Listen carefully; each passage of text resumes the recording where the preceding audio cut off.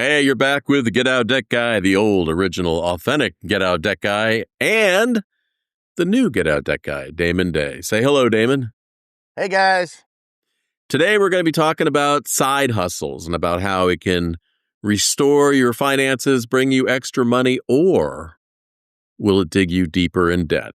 Now, Damon, this is a topic that it's a difficult topic because on one hand, if somehow you could just push people out of their comfort zone, they would find a lot of extra money right now with side hustles.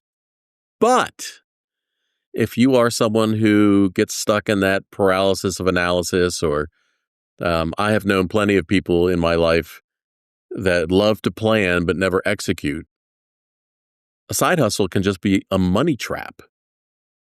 You agree?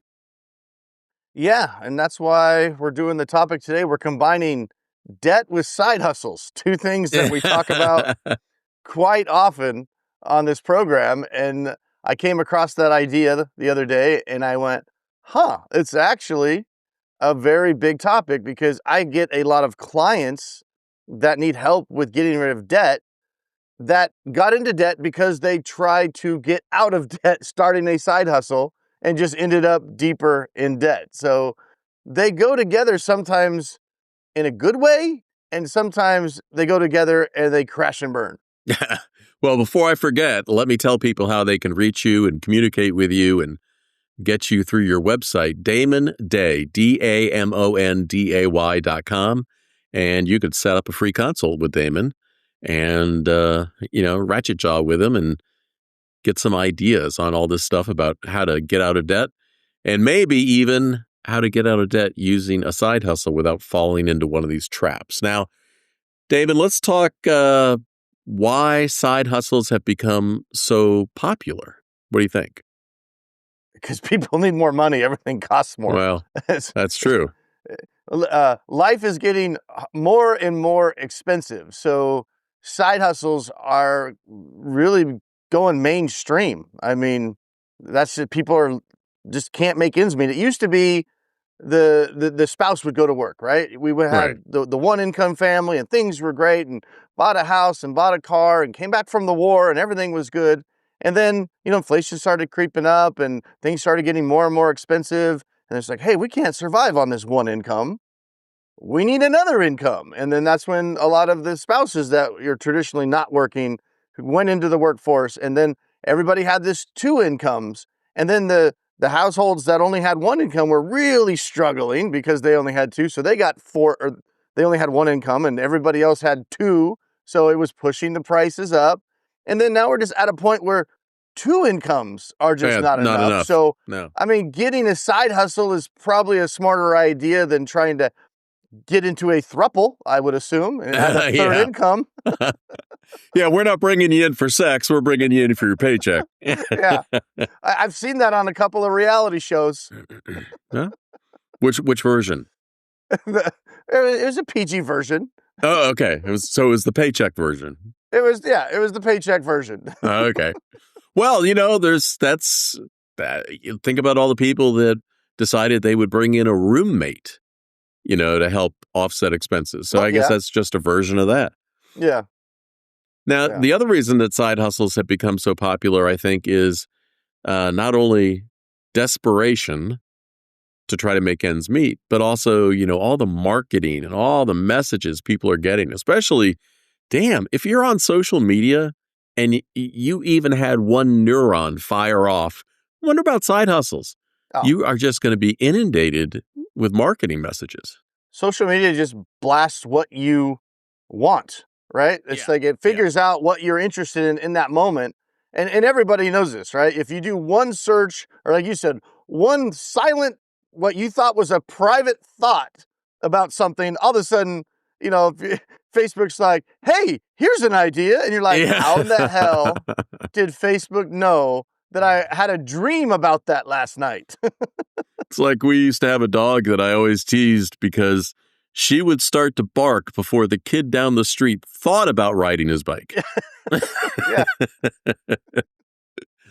Well, so you get inundated with these messages, and the marketing, it's the same old thing in life, man. If it seems too good to be true, on my true crime podcast, truecrimeunheard.com, I just did a giant podcast about how people can be easily manipulated by marketers who have spent a lot of time thinking about how to manipulate them.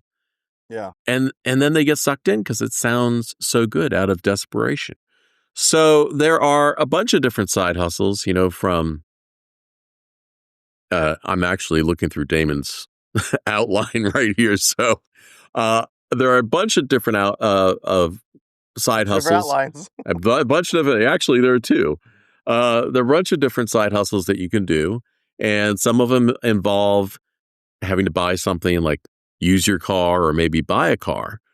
But I would like to talk first about the courses that people, I'm at a disadvantage here. I got to be honest, because I don't surf any social media.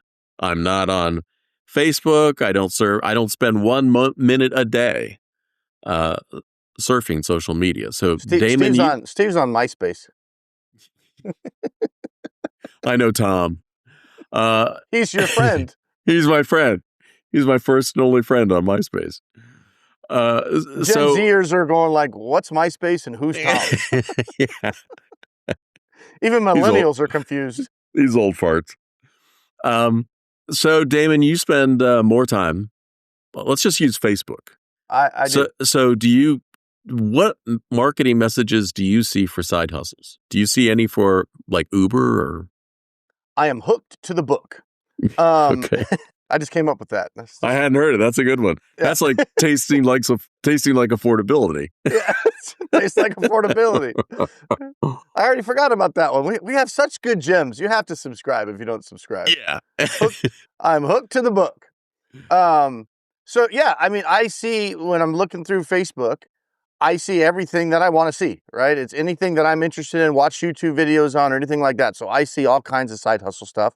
Because I'm like weirdly way into that. Just I've always been into, even as a kid, it was selling gumball machines. When I was in grade school, and I've always been like, how do I make money? How do I make money?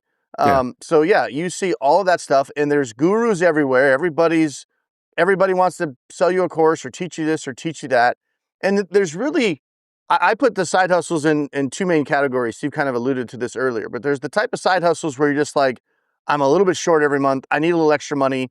You're not starting a business or anything like that. You're just, hey, I need to trade some time for money so I can get some bills paid. And that's like a Uber and Lyft and DoorDash, Instacart, that sort of thing where you're just, if you got a car, you can do it. Yeah, you're not starting a business, investing a whole bunch of money. Now you can invest some money, and we'll talk about that in a second. But then you've got the other camp, and that's where a lot of these gurus come in. You don't have a whole bunch of these gurus pitching courses on Uber and Lyft, although there are some. But it's pretty basic. You got your phone, you got your car, you download the app, you go to work and you figure it out. You don't need, to be investing all this money trying to figure it out. But then on the other side, that's where all the gurus come in, the mentors, the courses, the do it for you guys. Those are my favorite ones to hate. The ones that, if you just give us $10,000, we're going to do it all for you, build this website. You sit there and rake in the cash. That's all bullshit. You're not going to sit there and rake in the cash. Let's talk about the Amazon FBA and drop shipping side hustle you hear so much about. She's like, I got to rein you back in a little bit. Come on. No, because I want to follow that up with this one where people are selling older people. People are selling older people? We will build your Amazon store for you, So first, let's talk about Amazon FBA and getting into it. And real quick, I want to say Steve has got some legit Amazon FBA bona fides, as I like to say. Steve's made some decent cash in our side hustle penny stupid project in Amazon FBA. And I will tell you, I started doing it with him under his guidance. And I would have crashed and burned and wasted a lot of money if it wasn't for him telling me step by step. And even with that, I was like, I don't even like this. This sucks. Yeah, it's mind-bending. But I could see how people could easily get sucked into it on those big promises and not have the results that Steve had. So I Yeah. digress. I just wanted to lay the foundation that Steve knows his crap when it comes to Amazon FBA. He's made quite a bit of money selling stuff. Well, that's true. But There we so go. let me tell you what my approach was. When I started testing the side hustle of Amazon FBA, I intentionally did not go out and buy any course. I didn't watch any videos. I didn't sign up for any mastermind or anything else because I thought if I'm going to be able to do this, I'm just going to have to learn what the facts are and what the basics are. And so I spent the first 2 or 3 months just researching, just reading all the Amazon documentation, just figuring each step out, what I would need to do next. And it was a lot of 4 steps forward and 5 steps back until even the early days were rough, man. I learned a Yeah. whole bunch of lessons.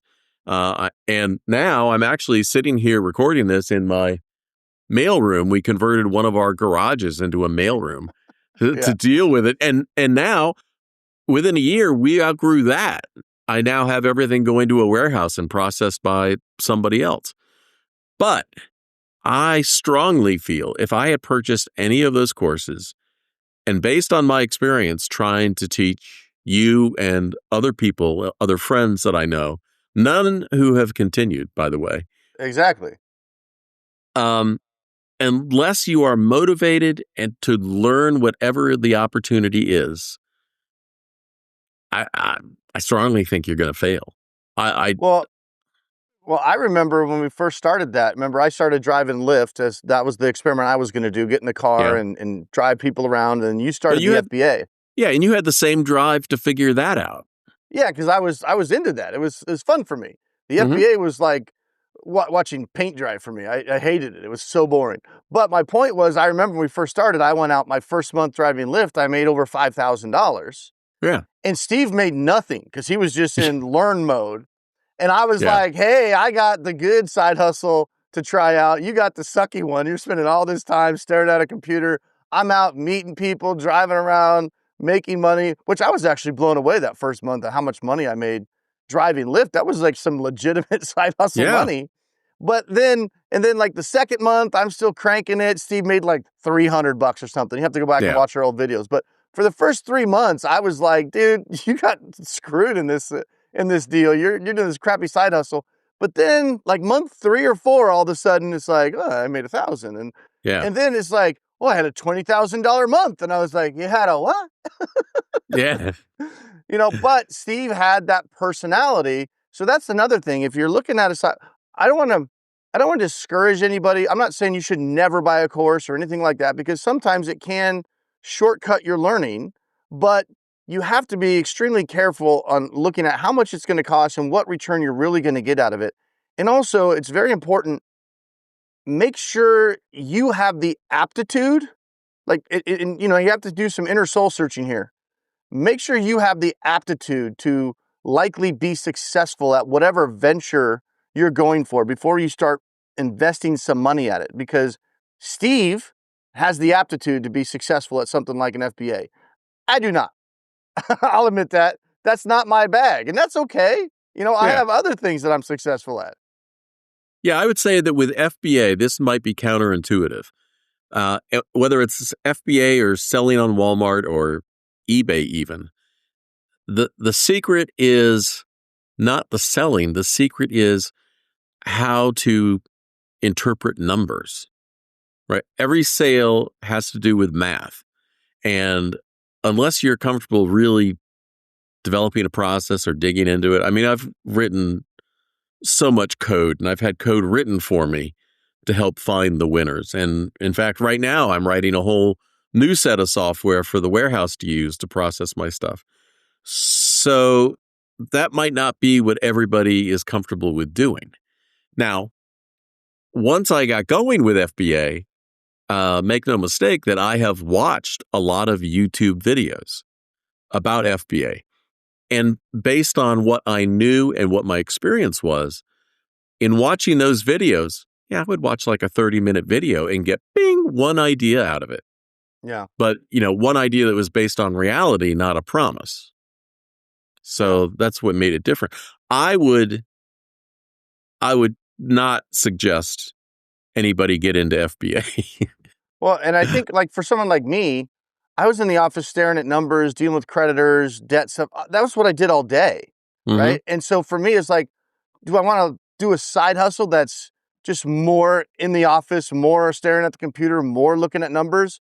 That's why I think I really gravitated to, oh, this Lyft and Uber thing. I can get out of the office. I could go, I mean, I work from home. I'm here all the time, right? It's like, Right. I got to get out of the office, go meet new people, go try and strategize how I can figure out ways to make money. And to me, that was kind of, I looked forward to it, which is kind of oddly weird. It's like, oh, 5 o'clock, I'm going to go drive. See ya. I'm out, But I did not look forward to FBA looking at spreadsheets of products and, trying to figure out all that stuff that Steve did. And if I would have said, saw these ads and went, oh, I can make a whole bunch of money. Just buy the course. Yeah, bought the course. And that's the thing. You could easily invest. And I have clients that invested thousands and thousands of dollars to try to learn all this stuff, and it never made any money. Not to say that you can't, but it's very easy to end up 10, 20, 30, $50,000 in debt trying to chase these side hustles. So you really have to focus too on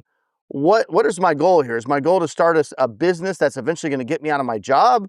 Or is my goal just, I got to pay the rent next month, right? And so you need to, if you need to pay the rent next month, you don't want to get into a business where you have to invest money and this guy's going to create this website for you and you're going to get customer. That's not going to pay the rent next month, but let's talk doing about Instacart that. could, Yeah, but let's talk about that because you've had so many clients who paid $5,000, $8,000, $10,000 to somebody that sold them. You can make money selling on Amazon. We're going to build you your own store and you're going to do great. I think I'm almost 100% confident that every one of those people failed. I'd like to tell you I got a success story. Do you? I'd like to tell you that. I'm trying to think. I know I can't think of one. And I'm a pretty optimistic guy, but after doing this over 20 years, when I'm talking to somebody and they're struggling and they're in debt, and I hear, oh, but I've got a side hustle, I got a business I'm starting, and I go, okay, yeah, what are you doing? Oh, well, I've got this guy and he's building this website, and I just go, oh, and I don't want to poo-poo it, right? Right. But I also maybe this will be different. But I'm just like, yeah. All right, let's put pause on that. What exactly did they promise you? What exactly are they going to do? How much money are you having to pay? And I always come back to this, especially on these, we're going to do it for you guys. Oh, yeah. If they're going to do all the work and it's going to make all this money and they're building all this stuff and you don't have to do anything, why do they need you? Why are they involving you in this? Yeah, they just ramp up their own business. I mean, for your $5,000, if they're so good at creating these websites out of nothing, that's going to make you $10,000 a month. Why don't they just keep the website themselves? Yeah, remember all the times $5,000. Remember all the times that you told me, Steve, you need to start a course. You need to train. And my answer was always the same. Yeah, but my answer was always the same. No. Why am I going to take all my hard work and labor and pour it into selling something? Well, in creating competitors for you. You're making money at this thing. You're like, what sense does it make to create a course and sell it for $1,000 or whatever to teach a whole bunch of people how to compete with you, with what you're doing? That makes no sense from a business standpoint. So the people selling these courses, are they making more money selling the courses or doing the thing that they claim to be an expert at? Now, I'm not saying everybody selling a course is trying to scam you. There is legitimate things out there, but you have to be very careful and very selective, right? And what am I paying for? Is that investment worth it? Do I have the aptitude for this thing?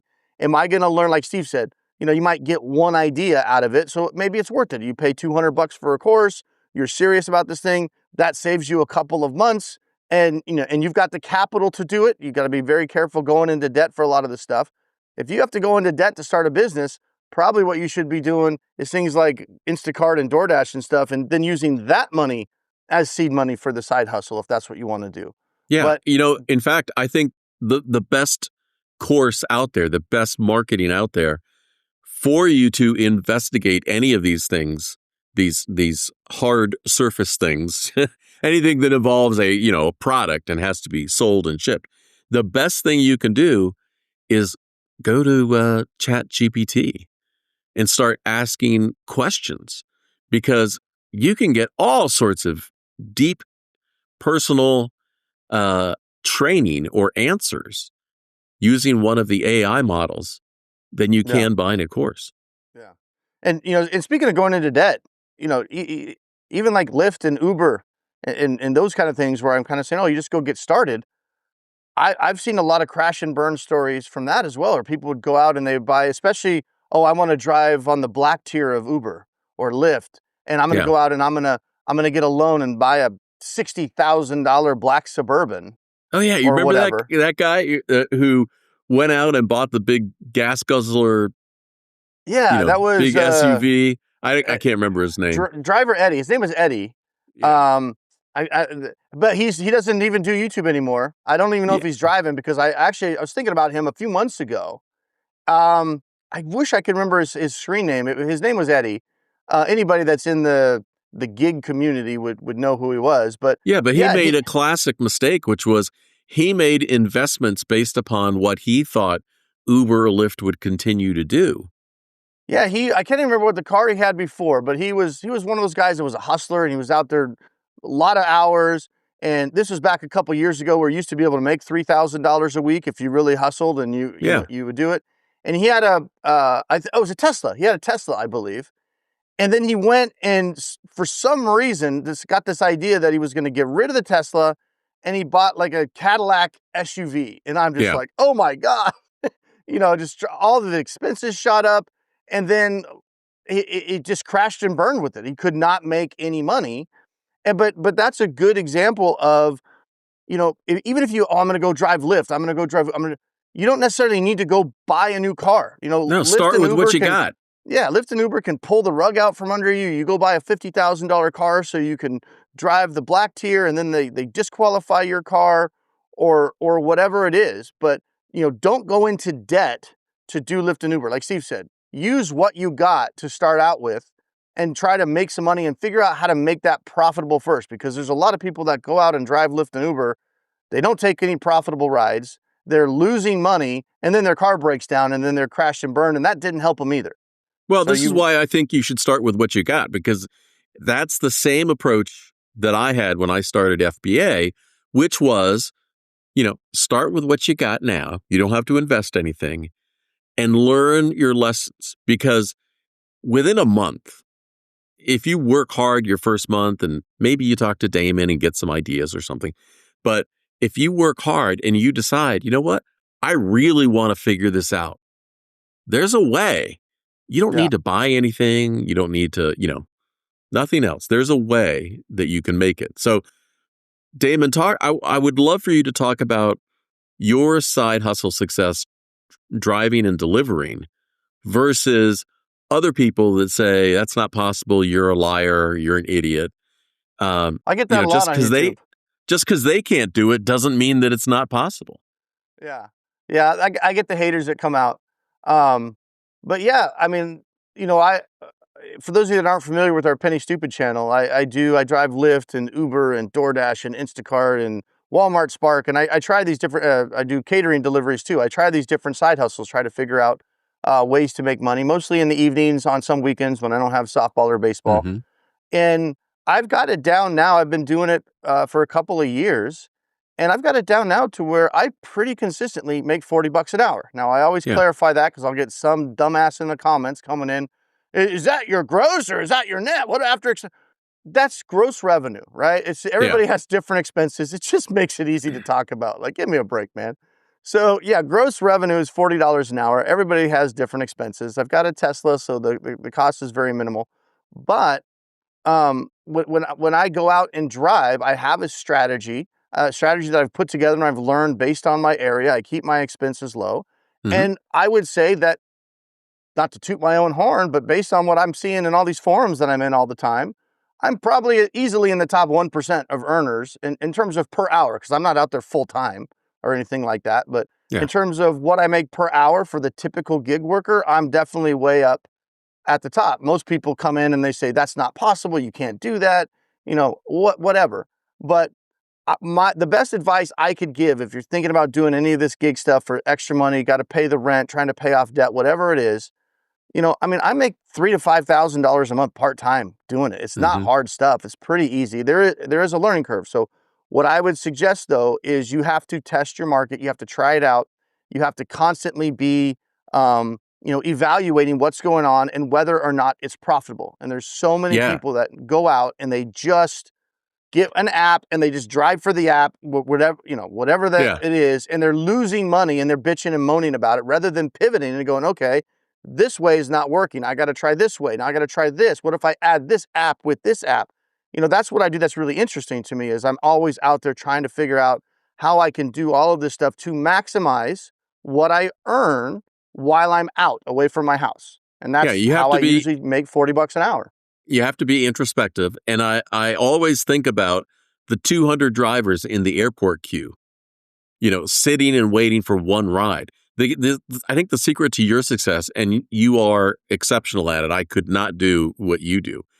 The secret is you make, Aptitude. aptitude. Well, we all have our niche, but you make $40 an hour, not every hour, not 40 hours a week, right? No. You're maximizing your income. You're doing other things and fitting it in. And when you see an opportunity, you jump on it instead of sitting in the airport queue. Yeah, I sat in the airport queue twice in the last 3 years, right? The first time was because everybody was sitting in the airport queue, and I'm like, hey, let's see what this is all about. Yeah. And I sat there for 2 damn hours, and I went, why are This you people sucks. doing this? This is stupid. And I left. And the second time I did it was because, everybody has to learn their own lessons. It was, maybe it was a bad day. Let me try that again. This is like a year later, right? Yeah. Parked in the airport queue. Yeah. One of your 2 observations hours was later, nothing. one of your observations was that people in the airport queue, the drivers are getting out and chit-chatting and socializing and stuff. I was just down in Miami and I went by the queue and there was a food truck there and the drivers were out there sitting at a table, having coffee, chit-chatting, everything else. You're not making money if you're sitting there spending money. No, but those are the same guys that are going to get on the forums and Uber is a bad company. It doesn't pay a living wage. It doesn't pay enough. It's not Uber's job to feed your family. It's your job to figure out how to utilize the app to extract as much money out of it as you can. It's not Uber's fault that you don't have a good strategy. Sorry, Right. not. Well, I mean, Right? let's talk about Uber and Lyft and those types of things because you cannot get into a side hustle opportunity and make money if you think that those companies are always going to pay what they're paying right now. They always reduce it. They always change. You have to have the ability to embrace change. And as Damon said, pivot. Pivot.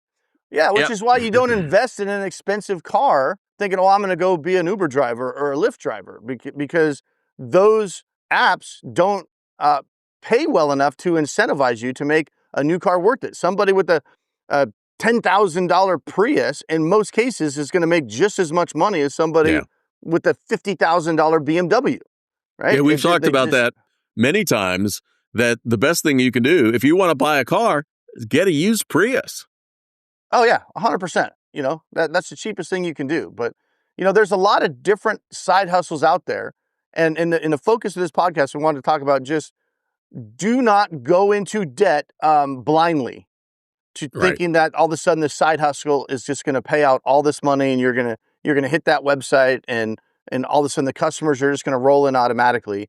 Be very careful. Side hustles can really help you get out of debt, can help you make some extra money, but make sure you have the aptitude for what it is that you're doing and be very careful with the money that you are, or the debt or the credit that you're investing to get the side hustle going. The less you can invest, the better. And try it for a couple of months. And if it's not working, if it's not profitable, do like Ross Geller and pivot. Pivot.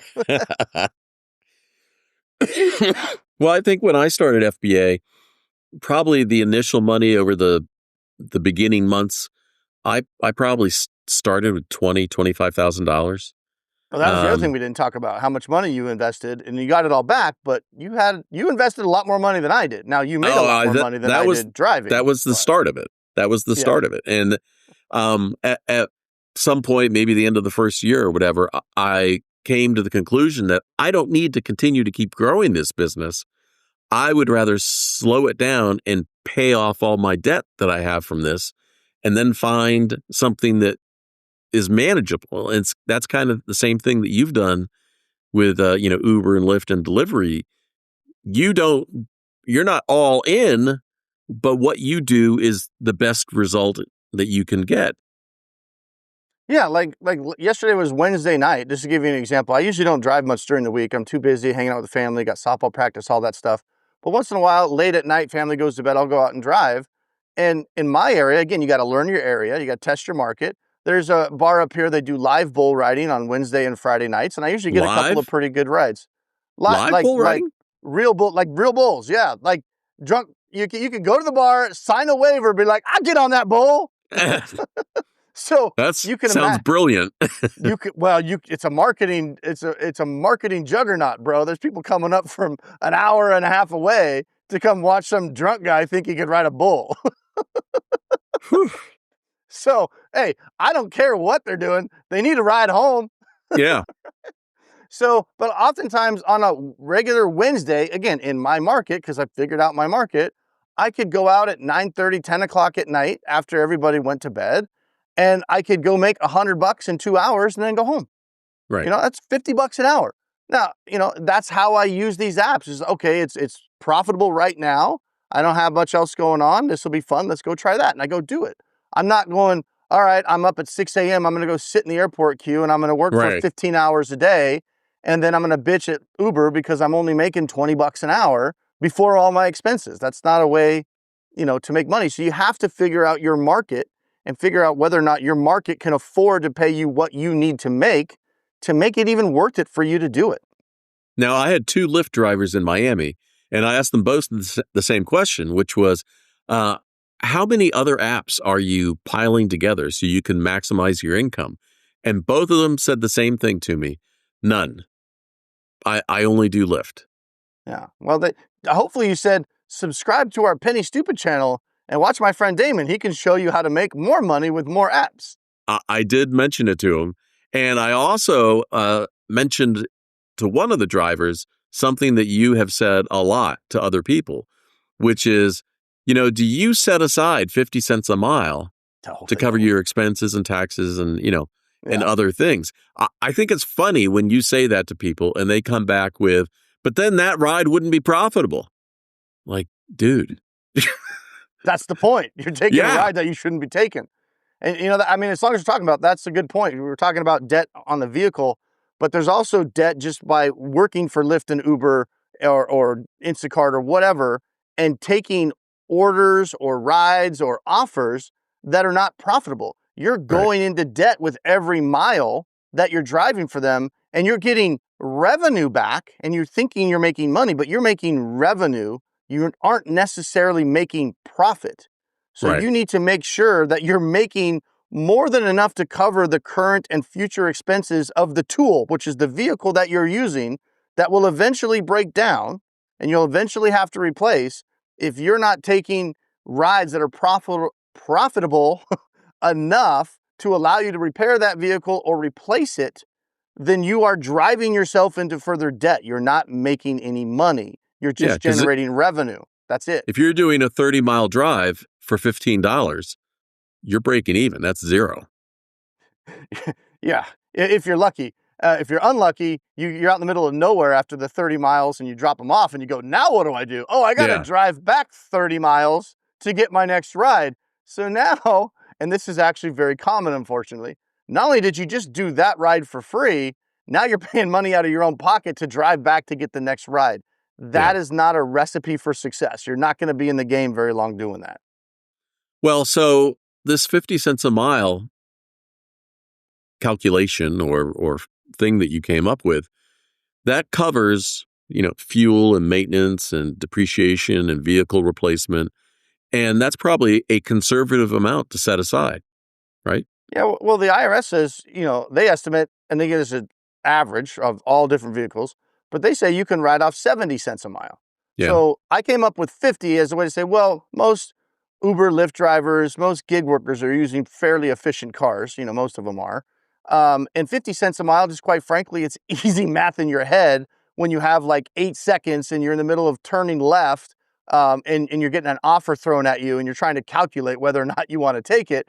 70 cents is a little bit harder to do in your head, but 50 cents is still a pretty conservative number. If drivers set aside 50 cents and they were taking rides that they could afford to make the profit they needed to make and still cover the 50 cents, they would be fine. But I had a guy come in my comments the other day and tell me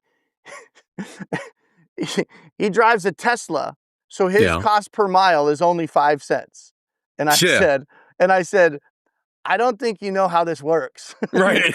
I drive a Tesla too, and I can tell you 100% that your cost per mile is more than 5 cents. Yeah. All he was factoring in was his charging cost. Electricity. Yeah. And it was one other thing, but he was not factoring in insurance, depreciation, future repairs.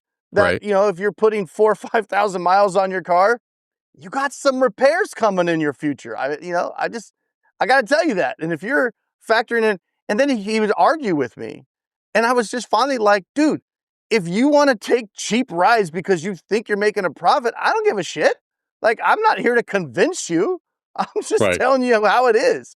If you want to take 50 cent a mile rides and think your costs are only 5 cents, have at it. You Yeah. do you, boo. Right. Sorry. Well, one thing that I don't think a lot of people realize is that when you become an independent contractor, you are your own business. And one of the things that I don't think people appreciate is there's an extra 15% income tax that you have to pay Yeah. because the employer is not paying that on your behalf. So your expenses are even higher. Yeah. Now you get some offsets and some write-offs too, especially if you're taking very unprofitable trips and rides. Yeah. You get a lot of write-offs. But then I get in arguments in my comments too about people not understanding how a write-off actually works. I had one guy that he came in and I was explaining the 70 cents a mile. And what was his explanation? He goes, no, that's not how write-offs work. He said something like the 70 cents a mile is what the IRS is going to give you. I couldn't even understand his logic. Yeah, it was just like, so it's very apparent there's a lot of gig workers out there that have never worked for themselves. I had another guy last week come into the comments and say, you're not a 1099 contractor, which you are, by the way. If you sign up for any of these gigs, you're not a W-2 employee. You're a 1099 contractor. So his explanation was you're not a 1099 contractor because these apps can deactivate you at any time. And I said, okay, well, you are a 1099 contractor, and you're right. They can deactivate you at any time. You're not an employee. I think, unfortunately, his argument supports the fact that you are a 1099 contractor. Yeah. They don't have any obligation to keep you or do a performance review or anything. They could just say, hey, thank you for your services. They're no longer needed. We're going to go with a different independent contractor. Right. That's and it. there are a lot of them out there. Hey, as we head towards a conclusion on this, give us some advice on how to do side hustles safely. Well, like never go into debt to start. Well, yeah, don't go into debt to start. If you're out there interacting with the John and Jane Q public, safety can be a very real concern depending on the area that you're in. Mm-hmm. And I drive at night typically, which tends to be when the weirdos come out. So, I mean, my best advice on that kind of stuff is don't do anything you're not comfortable with, right? And everybody has a different level of comfort. Don't go into areas that you're not comfortable with.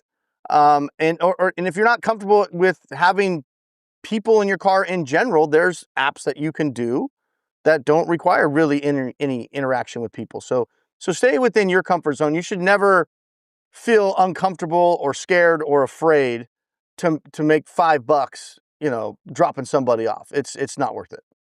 Yeah, and it's okay if, week 1 that you're breaking even, as long as you're being introspective and you're figuring out, how can I do this better?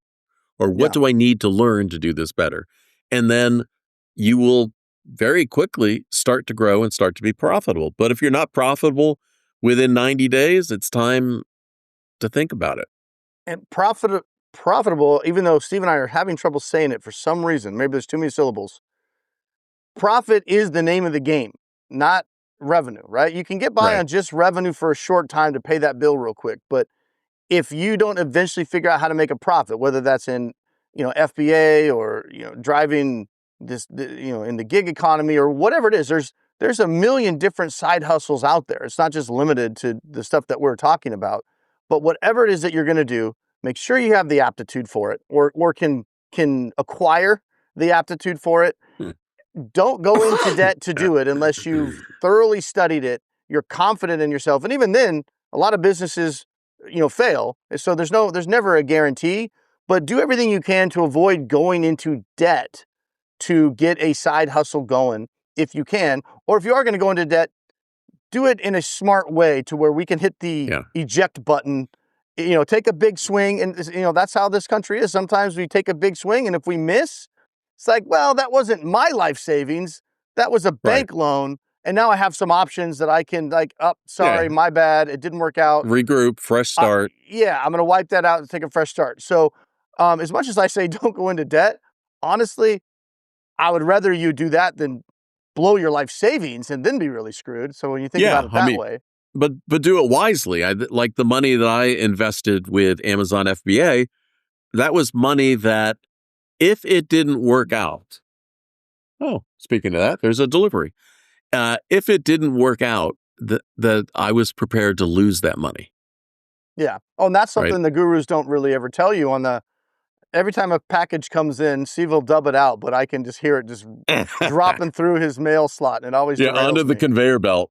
But the gurus in the ads, Steve, Yeah, never tell you about so it's really easy if you have $25,000 to get your first inventory, packages or whatever. It's yeah, always, you don't need any money, you can do this, you can do that. But when you start looking at how much money Steve invested to kind of get it going and get it off the ground, most people watching those ads and buying those courses are scraping together the money to buy the course. They right, don't have the money to invest in inventory, right? But they don't ever tell you that. They tell you can get started with almost nothing, right? Because that's what they're selling. They're right. selling the dream. Speaking of selling the dream, I think that's it for today. I'm not sure how that makes sense, but okay. There was no segue. Actually, in my head, I was going to say, speaking of selling the dream, you can get in touch with Damon at damonday.com. And then I just thought that sounded bad. Well, So, I'll buy that for $1. yeah, there's a free course for you. All right, Damon. So until next time, I will see ya. Peace.